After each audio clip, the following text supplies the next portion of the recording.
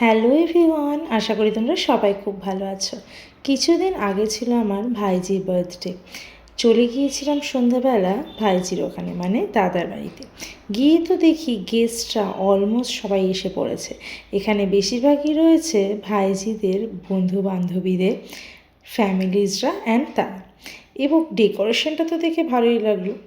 এই চেনা ছাদ, তোমরা সবাই এই ছাদ বারবার দেখেছো। দাদার বাড়ির যে কোনো পুজোয় যে কোনো কিছুতেই তো এই ছাদ দেখতে পাও। আর এই হলো ওর বার্থডে কেক। আর বার্থডে কাটিংয়ের জন্য কিন্তু সবাই কচিকাচারা রেডি হয়ে গেছে। বার্থডে কাটিংয়ের সময়টা কিন্তু বেশ অন্যরকম লাগে, তাই না? বেশ মজা লাগে। সবথেকে ভালো লাগে যার বার্থডে সে একা নয়, বরং সবাই মিলে একসাথে কেক কাটিং করা হয়। বেশ ভালো লাগে এই সময়টা। ওর বার্থডেটা বেশিরভাগ সময়ই হয় না, অনেক ছোটোবেলায় একবার সেলিব্রেট হয়েছিল। অ্যাকচুয়ালি এই সময়টা বেশিরভাগই ওরা বাইরে ঘুরতে যায়, সেই কারণে কোনোবারই সেলিব্রেশন করাই হয় না। তো এই জন্য এইবারে একটা একটু বড় করে আয়োজন করা হয়েছিল। আর এই যে ওর বাবা ওকে কেক খাইয়ে দিচ্ছে। এরপর ছিল তো খাওয়া দাওয়ার পালা।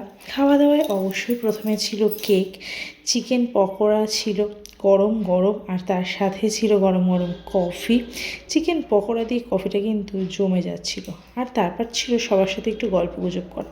চিকেন পকোড়া কফি খেয়ে একটুখানি গড়িয়ে নিয়ে তারপর চলে আসলাম রাতের খাওয়া দাওয়া করতে। কিছুদিন যাবৎ যা ঠান্ডা পড়েছে তাতে কিন্তু মানুষ একেবারে কুপোকাত। আর এই ছাদে ঠান্ডায় মনে হচ্ছিল গা হাত পা পুরো বরফ হয়ে যাচ্ছে। খাওয়া দাওয়াতে ছিল ফ্রাইড রাইস, বেগুনি, আলুর দম, চিলি চিকেন, চাটনি, পাঁপড়, মিষ্টি, বিভিন্ন রকমের খাবার দাবার বেশ ভালো ছিল। কিন্তু ওই যে এত ঠান্ডা পড়েছে না ছাদে, সত্যি যা ঠান্ডা লাগছিল। খাওয়া দাওয়া শেষ করে ফিরে গেলাম বাড়িতে। বেশ ভালোই কাটলো সন্ধ্যাটা। টাটা।